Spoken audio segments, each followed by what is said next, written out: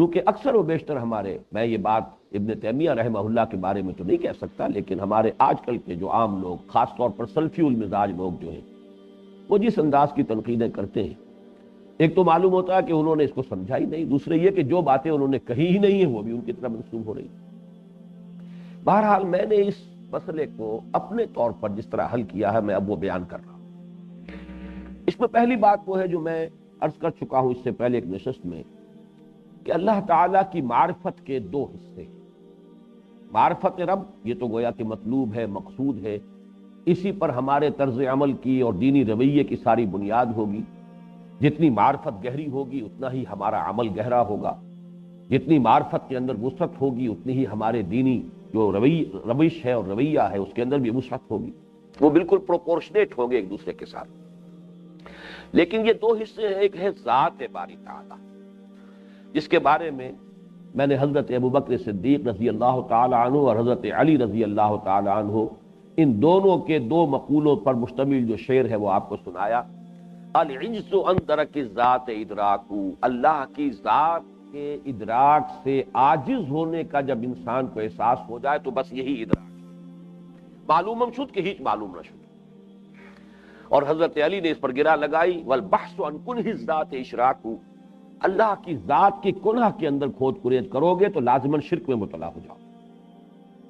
شیخ Saadi نے اس بات کو خوب بیان کیا ہے، تواں در بلاغت میں صحبہ رسید، یہ صحبہ بہت بڑی ایک خطیب شخصیت کا نام ہے، فصاحت و بلاغت کی معراج پر جو فائز تھے۔ تو شیخ سعدی کہتے ہیں کہ تواں در بلاغت میں صحبہ رسید، بلاغت، فصاحت، خطابت میں تو صحبہ تک بھی انسان پہنچ سکتا ہے، نہ در کنہ بے چونے صبح رسید، لیکن ذات باری تعالیٰ سبحانہ و تعالیٰ، اس کی ذات کی کنہ تک پہنچنے کا کوئی امکان نہیں۔ اے برطرز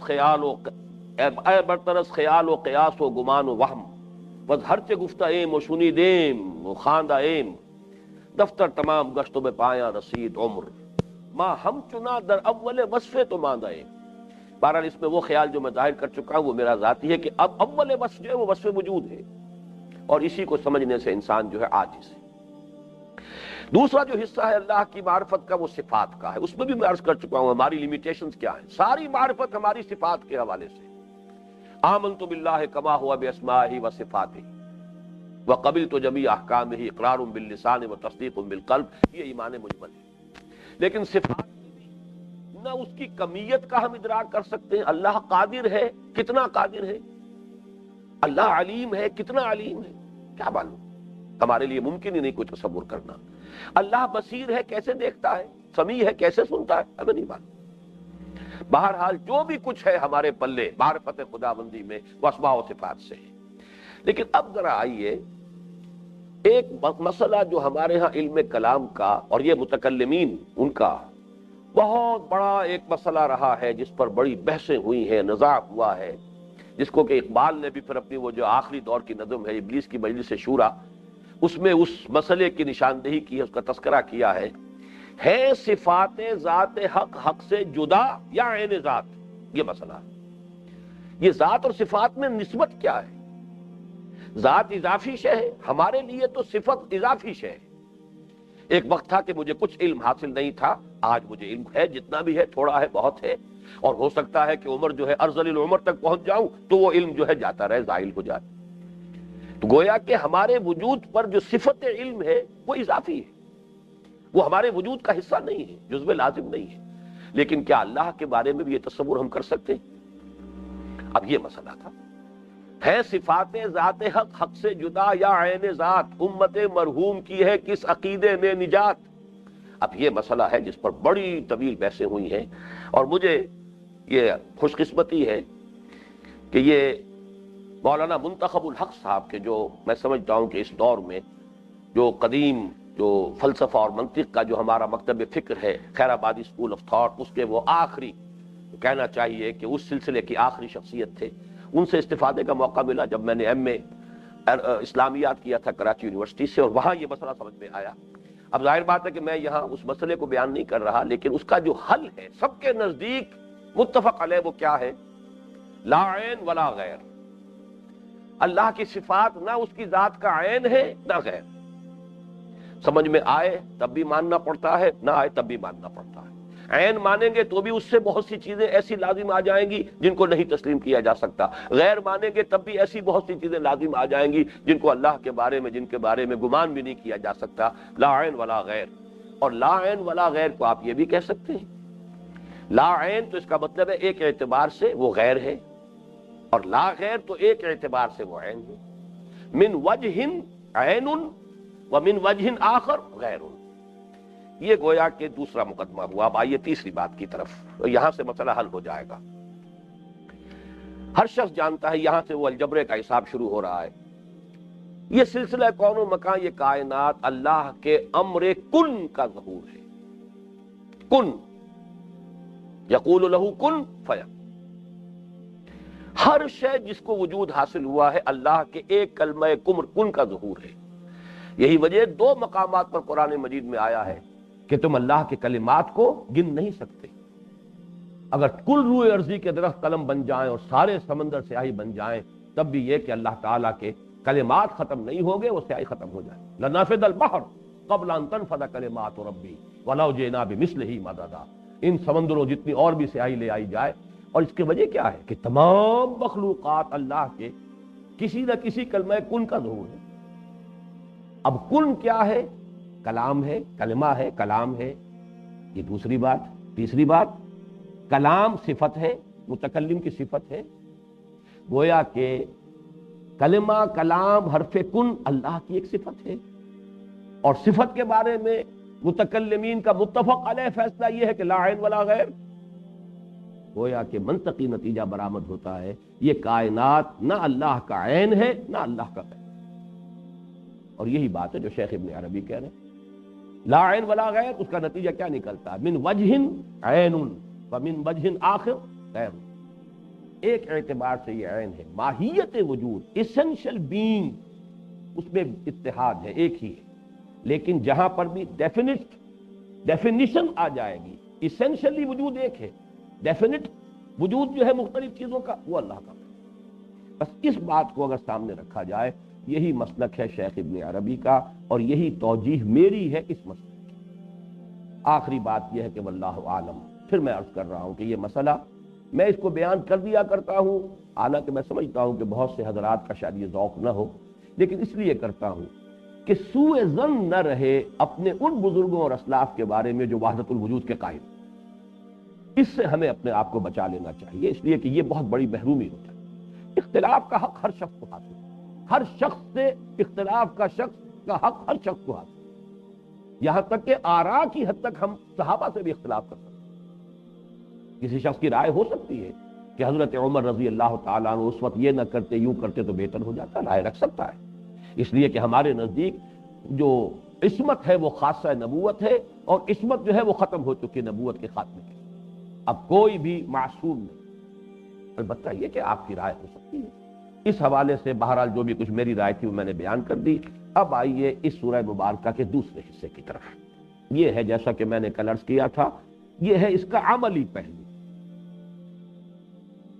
میں یہ چاہتا ہوں کہ وہ آیات جو میں نے پہلے تلاوت کی ہیں، بجائے اس کے کہ ہم ایک ایک لفظ کا جو ہے اس کی تشریح شروع کریں، پہلے ان 5 آیات کا ایک رواں ترجمہ جو ہے وہ سامنے آئے، اس لیے کہ یہ آیات 5، بلکہ واقعہ یہ ہے کہ پہلی ہی آیت بڑی عظمت کی حامل ہے، اور ان 5 کو ایک کل کی حیثیت سے سامنے رکھیں گے تو جہاں ایک طرف فصاحت اور بلاغت کی معراج ہے، وہیں جامعیت اور اس کے ساتھ ترتیب اور توازن کی بھی انتہا ہے جو آپ کو ان 5 آیات میں۔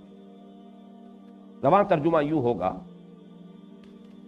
آمنوا باللہ ورسولہ، ایمان لاؤ اللہ پر اور اس کے رسول پر، یا ایمان رکھو اللہ پر اور اس کے رسول پر۔ وَأَنفِقُوا مِمَّا جَعَلَكُمْ مُسْتَخْلَفِينَ فِيهِ، اور خرچ کر دو، کھپا دو، لگا دو ان سب چیزوں میں سے جن کے اندر اس نے تمہیں خلیفہ بنایا ہے، خلافت عطا کی۔ فَالَّذِينَ آمَنُوا مِنكُمْ، اب 2 تقاضے آئے، آمنوا باللہ ورسولہ وَأَنفِقُوا مِمَّا جَعَلَكُمْ مُسْتَخْلَفِينَ فَالَّذِينَ آمَنُوا مِنكُمْ وَأَنفَقُوا لَهُمْ أَجْرٌ كَبِيرٌ، جو یہ 2 تقاضے پورے کر دیں تو جو لوگ تم میں سے ایمان لے آئیں اور انفاق کا حق ادا کر دیں، ان کے لیے بہت بڑا اجر۔ ایک آیت میں جامعیت کے ساتھ دین کے جملہ تقاضوں کو دو الفاظ میں بیان کر، اب ایک ایک پر دو دو آیتیں آتی، یہ ہے ترتیب اور توازن۔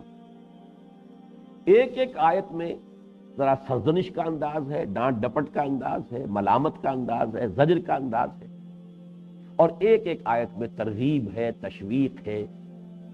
فرمایا وَمَا لَكُمْ لَا تُؤْمِنُونَ بِاللَّهِ، تمہیں کیا ہو گیا، کیوں نہیں ایمان رکھتے اللہ پر؟ وَالرَّسُولُ يَدْعُوكُمْ لِتُؤْمِنُوا بِرَبِّكُمْ، درا حال ہے کہ رسول تمہیں بلا رہے ہیں، دعوت دے رہے ہیں کہ ایمان رکھو اپنے رب پر۔ وَقَدْ أَخَذَ مِيثَاقَكُمْ إِن كُنتُم مُؤْمِنِينَ، اور وہ تم سے عہد اور قول و قرار لے چکا ہے اگر تم مومن ہو، اگر تم تسلیم کرتے ہو۔ یہ ایک آیت میں تو گویا کہ زجر، ملامت، ایک طرح کی تنبیہ، سرزنش، اس کے بعد تشویق، ترغیب۔ اگر تمہیں واقعتاً، اگر تمہیں جھانکنا نصیب ہو جائے اپنے باطن میں، اپنے دلوں کو ٹٹولنے کی سعادت حاصل ہو جائے اور محسوس ہو کہ نہیں ہے ایمان، واقعتاً نہیں ہے، میں کس فریب میں مبتلا تھا کہ ایمان ہے، ایمان نہیں ہے، خانہ دل خالی ہے، تو بھی گھبراؤ نہیں۔ هو الذی ينزل على عبده آیات بینات لیخرجکم من الظلمات الى النور، وہی تو ہے اللہ جو نازل فرما رہا ہے اپنے بندے پر صلی اللہ علیہ وسلم آیات بینات، روشن آیتیں، روشن نشانیاں، لیخرجکم من الظلمات الى النور، تاکہ نکالے وہ تمہیں اندھیروں سے روشنی کی۔ اندھیرے شرک کے ہیں، کفر کے ہیں، الحاد کے ہیں، مادیت کے ہیں، حرص و ہوا کی غلامی کے ہیں، کریمہ بے بخشائے برحال ماں کے حسن مسیر کمند ہوا، یہ سب اندھیرے ہیں، یہ شیڈز آف ڈارکنیس۔ ان تمام اندھیروں سے نکال کر، نوٹ کیجئے گا قرآن مجید میں ظلمات ہمیشہ آیا ہے جمع میں، اور نور ہمیشہ واحد کی شکل۔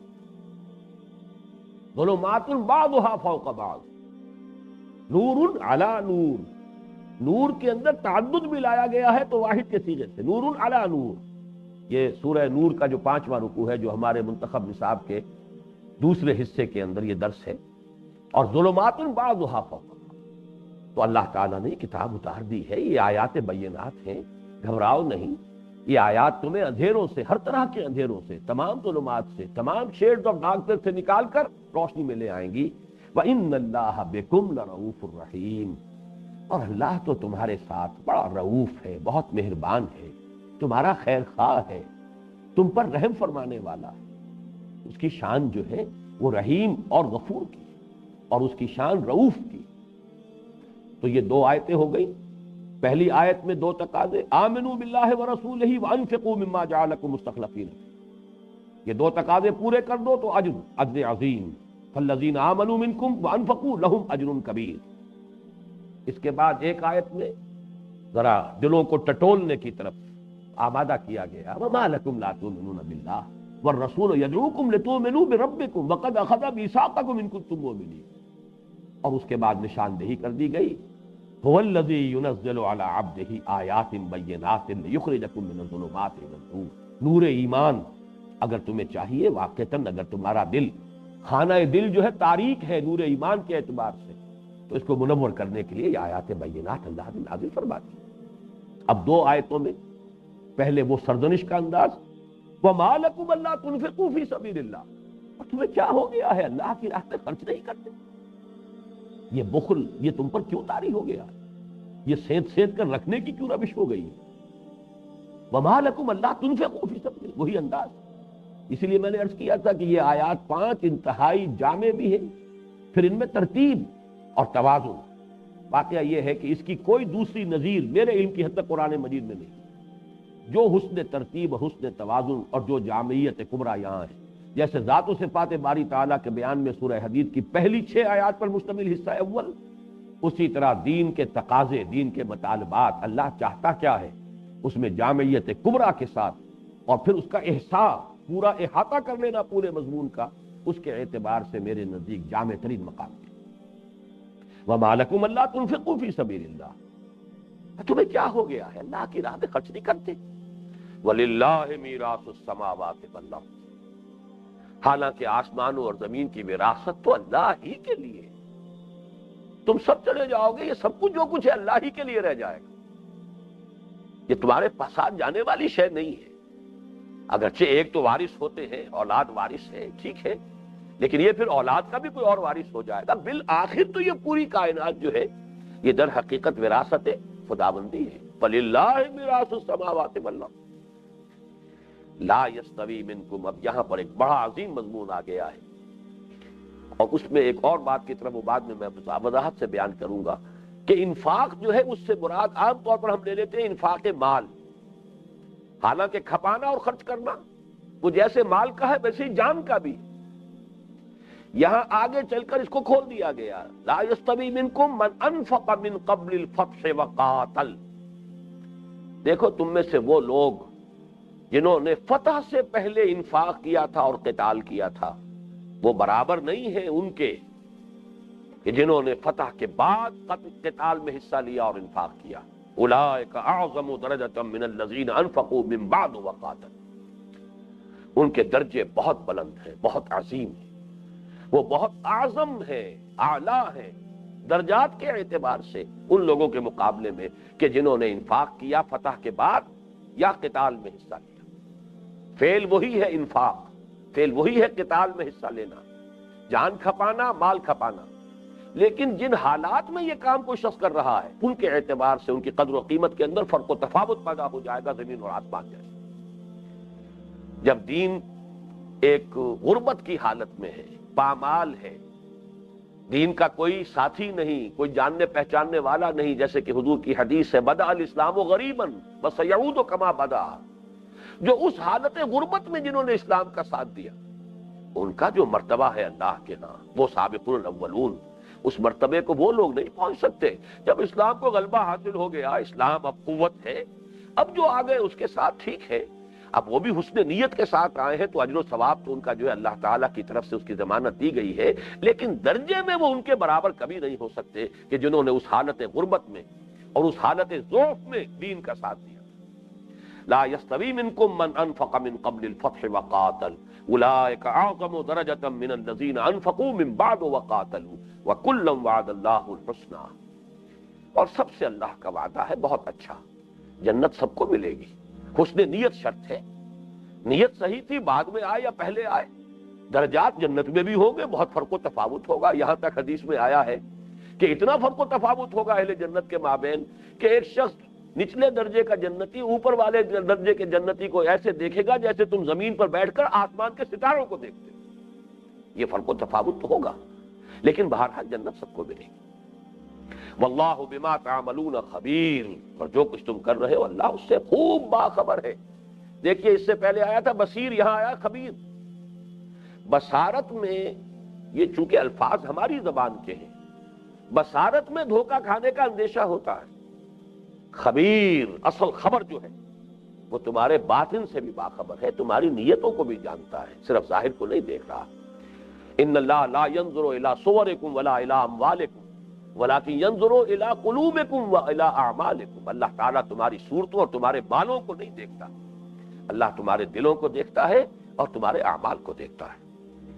اب یہ آیت ذرا طویل تھی، اس میں تو وہ جو سرزنش کا انداز تھا وما لکم الا تنفقوا فی سبیل اللہ، اب اس میں جو ترغیب کا انداز ہے وہ تو واقعہ ہے کہ غالب کے اس شعر کے بالکل مصداق، کون ہوتا ہے حریف میں مرد افغن عشق، ہے مقرر لب ساقی پہ صلا میرے بعد، من ذا الذی یقرض اللہ قرضا حسنا، کون ہے وہ جو اللہ کو قرض حسنہ دینے کی ہمت کرے، من ذا الذی یقرض اللہ قرضا حسنا، اللہ کو اگر قرض حسنہ دے گا فَيُضَاعِفَهُ لَهُ، دنیا میں تمہارا تصور یہ ہے قرض حسن کا کہ صرف اصل در واپس آئے گا، مزید کچھ نہیں، لیکن اللہ کو قرض حسن دو گے يُضَاعِفَهُ لَهُ، وہ اس کو اس کے لیے دوگنا کرتا رہے گا، بڑھاتا رہے گا، وَلَهُ أَجْرٌ كَرِيمٌ، وہ اصل مال تو اسے بڑھتا چڑھتا دگنا چوگنا 100 گنا ملے ہی گا، 700 گنا ملے گا، اجر کریم، بدلہ اس کے علاوہ ہوگا اضافی۔ یہ ہے 5 آیات جن کے بارے میں نے عرض کیا ہے کہ یہ اس سورہ مبارکہ کا حصہ دوم ہے کہ جس میں جو دین کے عملی تقاضے ہیں انہیں نہایت حد درجے فصاحت و بلاغت اور خطابت کے ساتھ، اور اس کے ساتھ غایت درجے جامعیت اور ترتیب اور حسن توازن اور حسن ترتیب کے ساتھ بیان کیا گیا۔ اب پہلی آیت پر نگاہ گاڑیے۔ اس پہلی آیت میں سب سے پہلا سوال یہ پیدا ہوتا ہے کہ خطاب کس سے ہو رہا ہے؟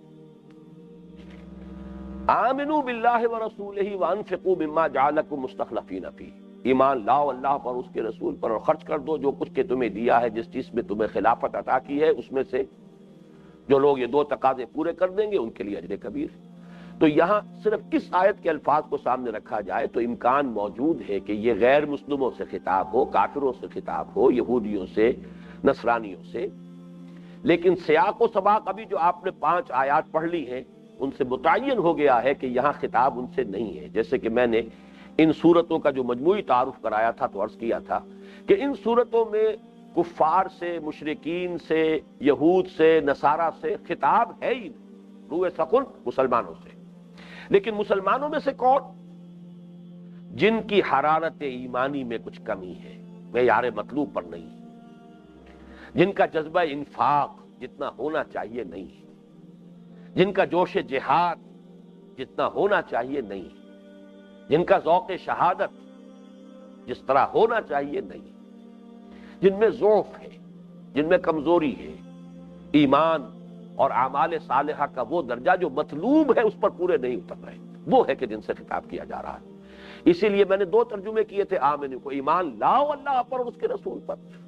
یہ ایمان لانا یہ گویا کہ ہو جائے گا اگر اس کو سمجھا جائے کہ یہ عام لوگوں سے خطاب ہو رہا ہے، کفار سے ہو رہا ہے، مشرکین سے ہو رہا ہے، لیکن اس کے ساتھ دوسرا ترجمہ کیا ایمان رکھو اللہ پر اور اس کے رسول پر۔ یہاں گویا کہ خطاب ہو رہا ہے مسلمانوں سے۔ یہی دوسرا جو ہے میرے نزدیک، یہی در حقیقت یہاں جو اصل خطاب ہے وہ مسلمانوں سے، کمزور ضعفاء سے، جن کے اندر حرارت ایمانی اور جوش انفاق اور جذبہ جہاد جتنا ہونا چاہیے نہیں ہے، اس میں کوئی کمی ہے۔ پھر اس میں یہ نوٹ کیجئے کہ جو آیات یہاں قرآن مجید کے درس میں آتی رہی ہیں ذرا ان کو ذہن میں تازہ کر لیجئے کہ اس کی ہم مضمون آیتیں کون سی ہیں قرآن کی۔ سب سے پہلے سورہ نساء کی آیت نمبر 136 ذہن میں لے آئیے۔ یا ایھا الذین آمنوا آمنوا باللہ ورسولہ والکتاب الذی نزل علی رسولہ والکتاب الذی انزل من قبل۔ اہل ایمان، ایمان لاؤ، یعنی ایمان کا حق ادا کرو۔ اے ماننے والو یا ماننے کا دعویٰ کرنے والو، ویسے مانو جیسے کہ ماننے کا حق ہے۔ یا ایھا الذین آمنوا آمنوا باللہ ورسولہ والکتاب الذی نزل علی رسولہ والکتاب الذی انزل من قبل۔ اے ایمان کے دعوے دارو، ایمان لاؤ اور ایمان رکھو پختہ، اللہ پر بھی، اس کے رسول پر بھی، اس کتاب پر بھی جو اس نے اپنے رسول پر نازل فرمائی صلی اللہ علیہ وسلم، اور اس کتاب پر بھی جو اس نے پہلے نازل فرمائی تھی۔ اس طرح سورہ صف کی 2 آیتیں، یہ ہمارے اس منتخب نصاب کے چوتھے حصے کا مرکزی درس تھا۔ یا ایھا الذین آمنوا ھل ادلکم علی تجارۃ تنجیکم من عذاب علیم تؤمنون باللہ ورسولہ وتجاہدون فی سبیل اللہ باموالکم وانفسکم ذالکم خیر لکم ان کنتم تعلمون۔ اہل ایمان کیا تمہیں وہ تجارت بتاؤں، اس سودے کی طرف، اس کاروبار کی طرف رہنمائی کروں جو تمہیں دردناک عذاب سے نجات دلا دے؟ اور وہ یہ ہے کہ ایمان رکھو یا ایمان لاؤ اللہ پر اور اس کے رسول پر، اور جہاد کرو اس کی راہ میں اپنی جان اور مال کے ساتھ، یہی تمہارے لیے بہتر ہے اگر تم سمجھو۔ گویا کہ مخاطب بھی وہی ہے جو جن کو کہا گیا یا ایھا الذین آمنوا، اور کہا بھی جا رہا ایمان لاؤ۔ تیسرا مقام جہاں یہ مضمون بہت کلیئر ہو جاتا ہے وہ سورہ حجرات کی آیات 14 اور 15۔ یہ ہمارے منتخب نصاب کے تیسرے حصے کی آخری سورت تھی۔ قالت الاعراب آمنا قل لم تؤمنوا ولكن قولوا اسلمنا ولما يدخل الايمان في قلوبكم۔ یہ بدو کہہ رہے ہیں ہم ایمان لے آئے، نبی ان سے کہہ دیجئے تم ایمان ہرگز نہیں لائے ہو، یوں کہو کہ ہم مسلمان ہو گئے، ہم اسلام لے آئے، ہم نے اطاعت قبول کر لی۔ وَلَمَّا يَدْخُلِ الْإِيمَانُ فِي قُلُوبِكُمْ، ابھی تک ایمان تمہارے دلوں میں داخل نہیں۔ اور وہ حقیقی ایمان جو اللہ کے ہاں ریکگنائزڈ ہوگا، جس کو کہ تسلیم کیا جائے گا، وہ کیا ہے؟ مومن کون ہے؟ اگلی آیت میں اس کی ڈیفینیشن آ گئی، انما المؤمنون الذین آمنوا باللہ ورسولہ ثم لم یرتابوا وجاہدوا باموالہم وانفسہم فی سبیل اللہ۔ حقیقی مومن تو صرف وہ ہیں جو ایمان لائے اللہ پر، اس کے رسول پر، پھر شک میں ہرگز نہیں پڑے، یقین کی کیفیت حاصل ہوتا ہے۔ یقین پیدا کرے ناداں یقین سے ہاتھ آتی ہے، وہ درویشی کے جس کے سامنے جھکتی ہے فغفوری، وہ یقین۔ اور دوسرا عمل میں جہاد، وجاہدوا باموالہم وانفسہم فی سبیل اللہ، اور انہوں نے جہاد کیا اللہ کی راہ میں اپنے مالوں کے ساتھ بھی اپنی جانوں کے ساتھ۔ اولئک هم الصادقون، سچے مومن صرف وہ۔ تو یہاں در حقیقت اس ایمان کا ذکر ہے، آمنوا باللہ ورسولہ، ایمان لاؤ اللہ پر اور اس کے رسول پر جیسا کہ ایمان کا حق ہے۔ اب اس کے بعد دوسرا تقاضا، وانفقوا مما جعلکم مستخلفین فیہ، خرچ کر دو، کھپا دو۔ یہاں دیکھیے چونکہ اس ایک آیت میں بہت مختصر الفاظ میں بات آ رہی ہے، نہ تو انفاق کے ساتھ فی سبیل اللہ کا لفظ آیا، آخر انفاق کسی مقصد کے لیے ہوتا ہے نا، تو اصل تو انفاق فی سبیل اللہ ہے، اس کو پھر اگلی آیت میں جا کر کھول دیا گیا، وما لکم الا تنفقوا فی سبیل اللہ، گویا کہ یہاں مراد انفاق ہے فی سبیل اللہ۔ وانفقوا، اور پھر نہ ہی یہ عام طور پر جو ہے انفاق کا ذہن میں تصور یہی آتا ہے کہ صرف مال خرچ کرنا، حالانکہ واقعہ یہ ہے، اس کی بحث ہو چکی ہے سورہ منافقون کے درس کے ضمن میں، کہ اصل میں نفقہ ینفقو جب ثلاثی مجرد سے آتا ہے تو اس کے کیا معنی؟ کسی چیز کا ختم ہو جانا، کھپ جانا، صرف ہو جانا، اور یہ سب کے لیے آتا ہے، جانداروں کے لیے بھی بے جانوں کے لیے بھی۔ چنانچہ عرب کہتے ہیں نفقت الدراہم، درہم ختم ہو گئے، پیسے ختم ہو گئے، پیسے مک گئے، اور نفق الفرس، گھوڑا مر گیا، گھوڑا ختم ہو گیا۔ اسی لیے اس حدیث میں طویل جو حضرت معاذ بن جبل سے ہے رضی اللہ تعالیٰ عنہ، جس میں کہ حضور نے پھر جہاد کی جو ہے فضیلت بیان کی ہے، کہ کسی شخص کے اعمال صالحہ کے پلڑے کے اندر اس سے بڑھ کر بدن کسی اور شے کا نہیں ہوگا کہ وہ گھوڑا یا وہ سواری جو اس کی اللہ کی راہ میں جہاد کرتی ہوئی کام آ گئی۔ وہاں بھی لفظ آیا ینفقو، وہ سواری یا وہ گھوڑا کہ جو اللہ کی راہ میں خرچ ہو گیا، کھپ گیا، صرف ہو گیا، گویا کہ بے جان اور جاندار دونوں کے لیے۔ تو یہاں پر انفاق مال اور انفاق نفس دونوں مراد ہیں۔ انفاق نفس کی بلند ترین منزل قتال ہے، جنگ۔ ایک تو انفاق نفس یہ ہے کہ آپ اپنی صلاحیت، اپنی قوت، اپنی محنت، اپنا وقت صرف کر رہے ہیں۔ ایک انفاق مال ہے، پیسہ خرچ کیا ہے، جو وسائل ہیں اللہ نے آپ کو دیے ہیں مالی، وہ آپ اللہ کی راہ میں صرف کر رہے ہیں۔ لیکن یہ کہ ان دونوں کے اوپر جو ہے اس لفظ انفاق کا اطلاق ہوگا، اور انفاق جان جو ہے اس کی بلند ترین منزل قتال ہے، جبکہ جان ہتھیلی پر رکھ کر میدان جنگ میں انسان حاضر ہوتا ہے۔ جو جنگ میں جاتا ہے موت کا رسک لے کر جاتا ہے، لوٹ آیا تو گویا کہ ایک طرح کی نئی زندگی ہے، ورنہ جو بھی جنگ میں جا رہا ہے وہ اصل میں تو اپنی جان کی بازی لگانے کا فیصلہ کر کے گیا۔ یہ وجہ ہے کہ اگلی آیت میں اس انفاق کو کھول دیا گیا، وَمَا لَكُمْ أَلَّا تُنْفِقُوا فِي سَبِيلِ اللَّهِ وَلِلَّهِ مِيرَاثُ السَّمَاوَاتِ وَالْأَرْضِ لَا يَسْتَوِي مِنْكُمْ مَنْ أَنْفَقَ مِنْ قَبْلِ الْفَتْحِ وَقَاتَلَ، برابر نہیں ہے تم میں سے وہ لوگ جنہوں نے فتح سے قبل جو ہے انفاق کیا یا قتال کیا۔ انفاق مال کے لیے، قتال جو ہے بذل نفس کے لیے۔ اور یہی وجہ، اس کو نوٹ کر لیجئے کہ ہم نے تنظیم اسلامی کے لیے، اس میں شمولیت کے لیے جو عہد نامہ جو ہم نے معین کیا ہے، اس کے پہلے حصے میں تو کلمہ شہادت ہے، استغفار ہے، توبہ ہے۔ یہ ہر مسلمان ہر وقت کرتا ہے، کرنا چاہیے، اس کا کوئی خصوصیت تنظیم اسلامی کے ساتھ نہیں یا کسی جماعت کے ساتھ نہیں۔ دوسرے حصے میں اللہ سے ایک عہد ہے، وہ بھی تنظیم سے عہد نہیں ہے، نہ مجھ سے کوئی معاہدہ، وہ تو اللہ سے عہد ہے، اس لیے کہ یہ بیع و شراء تو اللہ اور بندے کے درمیان ہے۔ ان اللہ اشتری من المؤمنین انفسهم واموالهم بان لهم الجنہ، اللہ نے خرید لیے ہیں اہل ایمان سے ان کے مال بھی، ان کی جانیں بھی، جنت کے عوض۔ یہ بیع و شراء اللہ اور بندے کے درمیان ہے۔ اس لیے دوسرا حصہ یہ ہے، انی اعاہد اللہ، میں اللہ سے عہد کرتا ہوں، کس بات کا؟ ان اہجر کل ما یکرہہ، کہ ہر اس چیز کو چھوڑ دوں گا جو اسے ناپسند ہے۔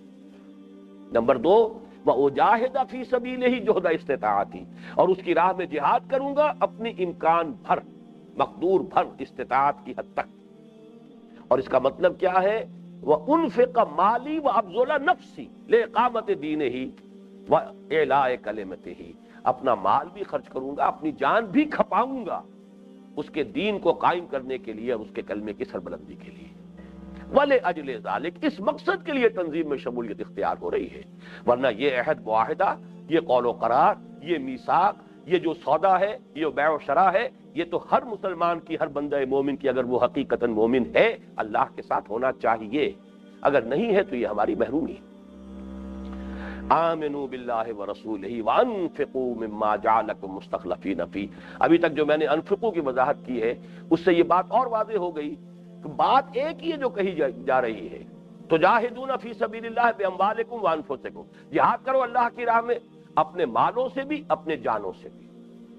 اور انفقوا فی سبیل اللہ اموالکم وانفسکم، خرچ کر دو، کھپا دو اللہ کی راہ میں اپنے مال بھی اور اپنی جانیں بھی. بذل نفس کا لفظ تو ہمارے ہاں مستعمل بھی ہے. عام طور پر عرف عام میں انفاق کا اطلاق نہیں ہوتا، لیکن اس آیت کے اندر اس مقام پر اس بات کی پوری وضاحت ہو گئی کہ جب بات مجمل کہی گئی ہے تو لفظ انفاق آیا صرف. جب اس کی تفصیل ہوئی ہے اگلی آیت میں جا کر تو انفاق فی سبیل اللہ کا لفظ بھی آیا اور پھر اس کے ساتھ ہی قتال کا لفظ بھی آ گیا کہ انفاق مال بھی اور بذل نفس بھی. اور بذل نفس کی آخری منزل میدان جنگ میں نقد جان ہتھیلی پر رکھ کر حاضر ہو جانا. اب تیسری بات نوٹ کیجئے اس آیت میں،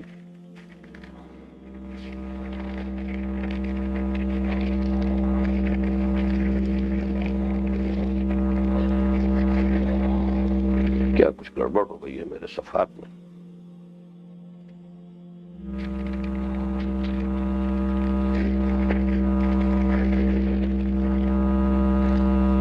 یہ جو مما کا لفظ آیا انفقوا مما جعلکم مستخلفین فیہ، اب من جو ہے مما بنا ہے من اور ما دو کو جمع کر کے. من جو ہے من تبعیضیہ ہے، اس میں کوئی شک نہیں.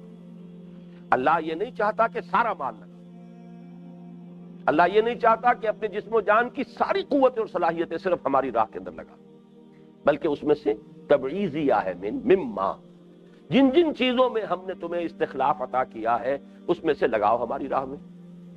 اب یہاں سوال پیدا ہوتا ہے کہ کتنا. اس کتنے کا جواب ہے جو قرآن مجید میں سورہ بقرہ میں آ چکا ہے، یسألونک ماذا ينفقون قل العفو. اے نبی یہ آپ سے پوچھتے کتنا خرچ کریں، کہہ دیجئے جو بھی تمہاری ضرورت سے زائد ہو. اس کو میں چاہتا ہوں کہ ذرا اچھی طرح سمجھ لیجئے.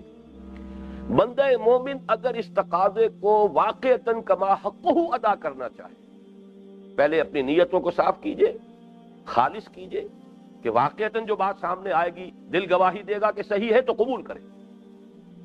میرے نزدیک اس میں یہ من تبعیضیہ در حقیقت اس بات کو واضح کر رہا ہے کہ بندہ مومن کا کام یہ ہے اپنے مال اور اپنی جان، اپنی صلاحیت، اپنی قوتیں، اپنے اوقات، اپنی ذہانت، اپنی فطانت میں سے صرف اتنا حصہ جو ہے اپنے اور اپنے اہل و عیال کے لیے وقف کرے جو انہیں مینٹین کرنے کے لیے لازم، جس کو آپ سبسسٹنس لیول کہتے ہیں.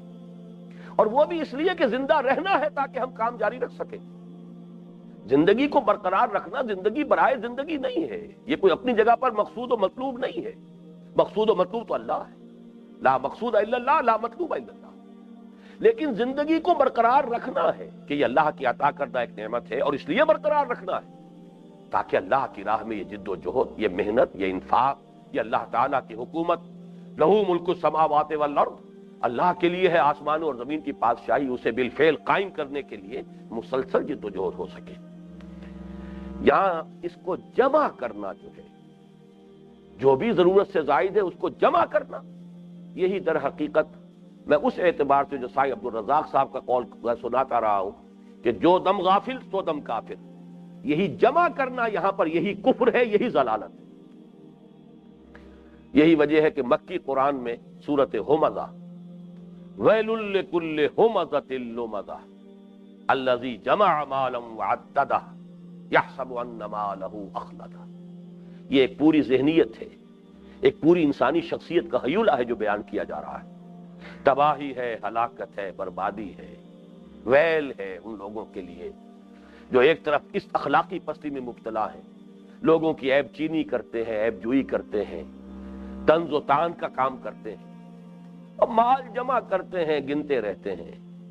اپنی مالی حیثیت کا جائزہ ابھی اب اور کتنا اضافہ ہو گیا ہے، آج کی بیلنس شیٹ کیا ہے، آج ہمارے پاس کیا تھا، اس سال کیا ہو گیا، کتنے کچھ ایسٹس بڑھ گئے. یحسب ان مالہ اخلدہ، ان کے دل کی کلی کھلتی ہے اسی سے. وہ یوں محسوس کرتے ہیں کہ شاید اسی مال کے بدولت انہیں خلود اور دوام حاصل ہو جائے گا. یہ ہے وہ ذہنیت الذی جمع مالا وعددہ. اور اسی کا اب مدنی قرآن میں یوں سمجھیے یہ تو مکی قرآن بلکہ بڑی شروع کی صورتیں ہیں، یہ سورہ ہمزہ بڑی ابتدائی اور انتہائی جو ہے زمانے کی صورت جو ہے آخری وہ سورہ توبہ ہے، جس کی آیت ہم ابھی حال ہی تھوڑا عرصہ ہوا کہ پڑھ چکے ہیں۔ سورہ توبہ کی آیت نمبر 34 میں ہے والذین یکنزون الذھب والفضة ولا ينفقونها فی سبیل اللہ فبشرهم بعذاب الیم۔ جو لوگ یہ مال جمع کرتے ہیں، سونا اور چاندی اسے کنز بنا رہے ہیں، اللہ کی راہ میں خرچ نہیں کر رہے، اے نبی انہیں بشارت دے دی، ذرا طنز دیکھیے یا بشارت دے دیجئے دردناک عذاب کی۔ قرآن مجید میں بھی طنز ہے، فبشرہم، انذرہم نہیں، خبردار کر دیجئے، وارننگ دے دیجئے نہیں، فبشرہم بعذاب، انہیں بشارت دے دیجئے۔ یہی مال ہے جو تپا تپا کر تمہارے ماتھوں پر اور تمہارے چہروں پر اور تمہاری پیٹھوں پر اور پہلوؤں کو داغا تھا۔ یہ ہے اصل میں مما کو من تبعیضیہ سمجھ کر آسانی سے نہیں گزر جانا چاہیے۔ کتنا یسألونک ماذا ینفقون قل اللہ، ہاں آدمی کی ضروریات کتنی ہے کتنی نہیں ہے یہ ہر شخص کو چھوڑ دیا ہے کہ وہ اپنا تعین خود کر لے، یہ اس کی اپنی اسیسمنٹ بھی ہے۔ سب کی ضروریات برابر نہیں ہوتی، مختلف حیثیتوں میں، مختلف ذمہ داریوں کے ادا کرنے میں ایک شخص کے لیے ایک چیز لگژری ہے، دوسرے شخص کے لیے وہی چیز اس کی نیسیسٹی ہے، ضرورت ہے، اس کے لیے ضروریات میں شامل ہے۔ اس اعتبار سے کوئی ہارڈ اینڈ فاسٹ رول نہیں ہے، البتہ ہر شخص اپنا جائزہ لے لے کہ در حقیقت ان تمام چیزوں میں جن کو کہ ہم نے تمہیں عطا کیا ہے، اس میں سے اتنا جتنا زندگی جسم اور جان کے تسلسل کو باقی رکھنے کے لیے اپنے اہل و عیال کے لیے ناگزیر ہے، وہ تو ہے تمہارا صحیح حق، جائز حق۔ اس سے زائد جو کچھ ہے قل العفو، وہ جو اقبال نے کہا تھا کہ جو حرف قل العفو میں پوشیدہ تھی اب تک، اس دور میں شاید وہ حقیقت ہو نمودار۔ واقعہ یہ ہے کہ دین کی بہت سی باتوں کے اوپر بڑے گہرے اور دبیز پردے پڑ گئے۔ میں نے تو حال ہی میں وہ حضرت ابو ہریرہ کا قول بھی نقل کیا اپنے مضامین میں جو جنگ میں شائع ہو رہے ہیں، اور اس مرتبہ کیونکہ پہلی مرتبہ مجھے یہ تحقیق کرنے کا موقع ملا کہ حضرت ابو ہریرہ کا تو انتقال سن 57 یا 58 یا زیادہ سے زیادہ سن 59 میں ہو چکا ہے۔ حضرت امیر معاویہ کا دور حکومت ہے، اس وقت بھی انقلاب حال اس درجے ہو چکا تھا کہ فرماتے ہیں کہ میں نے اللہ کے رسول سے علم کے 2 برتن حاصل کیے، ایک میں سے تو خوب عام کیا ہے، خوب پھیلایا ہے، لیکن دوسرے سے اگر میں پھیلانا شروع کر دوں تو میری یہ گردن کاٹ دی جائے گی۔ اس درجے انقلاب اس وقت لوگوں کی ذہنیت، لوگوں کی سوچ کے اندر وہ تبدیلی آ چکی تھی۔ انہی حضرت ابو ہریرہ کا ایک اور واقعہ بھی ہے، دمشق کی جامع مسجد سے نکلے اور وہ ناک جو ہے صاف کرنے کی ضرورت ہوئی تو رومی کتان بہت قیمتی کپڑا ہوتا تھا، اس کا رومال نکالا اور ناک صاف کی اور پھینک دیا۔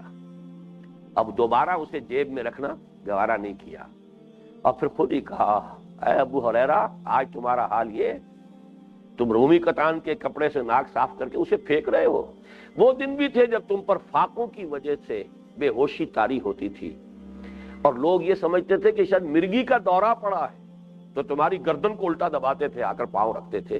وہ دن بھی تھے، اصحاب صفہ کا دور، ایک دور وہ تھا اور آج دور یہ۔ اب ظاہر بات ہے کہ جب اس طریقے سے دنیا عام ہوئی ہے تو یہ دنیا تو پھر جو کچھ لے کر آتی، حضور نے فرمایا تھا للفقر اخشى علیکم، اے مسلمانوں مجھے تم پر فقر کی اور احتیاج کا مجھے کوئی خوف نہیں ہے۔ فقر میں احتیاج میں تو اللہ یاد آتا ہے، اللہ کی طرف رجوع ہوتا ہے۔